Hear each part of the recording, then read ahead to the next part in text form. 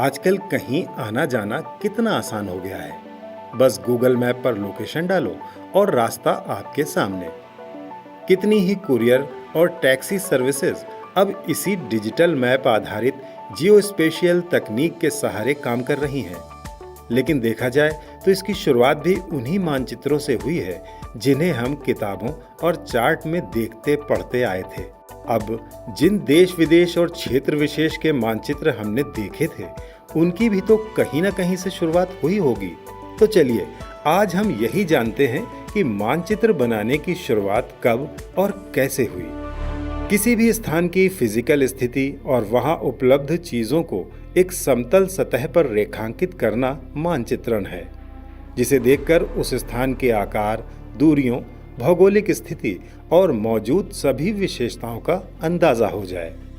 मानचित्रण की शुरुआत कब से हुई, इसका प्रमाणिक सबूत तो नहीं मिलता, लेकिन ये मानना पड़ेगा जब मानव ने एक जगह रहना शुरू किया तो उसे अपने घर का रास्ता तलाशने, शिकार या दूसरे स्थानों तक पहुंचने के लिए खास पहचान और निशान की जरूरत पड़ी होगी।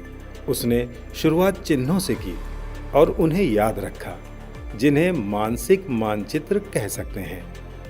फिर उन्हीं चिन्हों को गुफाओं और पत्थरों पर उकेरना शुरू कर दिया, जिसके प्रमाण भी मिलते हैं। यही शुरुआती मानचित्र थे। इन मानचित्रों को और सटीक बनाया समुद्री यात्राओं ने, जब मानव ने दिशा ज्ञान का भी उपयोग किया।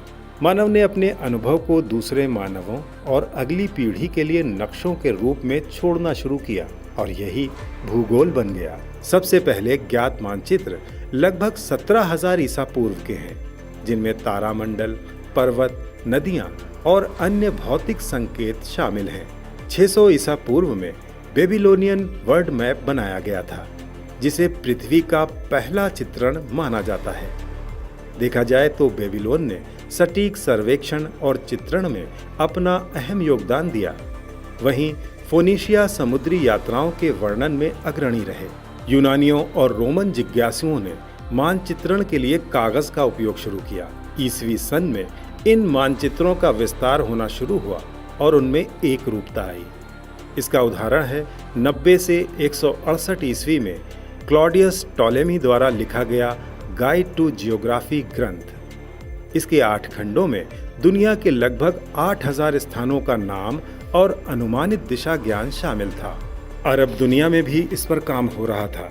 यहाँ अल इदरीसी ने कई उत्कृष्ट विश्व मानचित्र और भौगोलिक पुस्तकें तैयार की। टॉलेमी ने भूगोल में गणितीय नियम लागू कर भौगोलिक समझ को और पुख्ता कर दिया। छापे खाने की खोज और महाद्वीपों की पहचान ने मानचित्रण के विकास में तेजी लाने का काम किया। इसके बाद आधुनिक युग ने मानचित्रों की प्रामाणिकता को सटीक करने में बहुत मदद की। नई खोज, नई तकनीक आती रही। उपग्रहों ने सर्वेक्षण को आसान बना दिया। 2D से होता हुआ मानचित्रण अब 3D और डिजिटल प्रारूप तक का सफर तय कर चुका है, जिनके आधार पर भविष्य के बदलाव भी चिन्हित किए जा सकते हैं। साथ ही बेहतर विकास योजनाओं की नीतियां तय की जा रही हैं।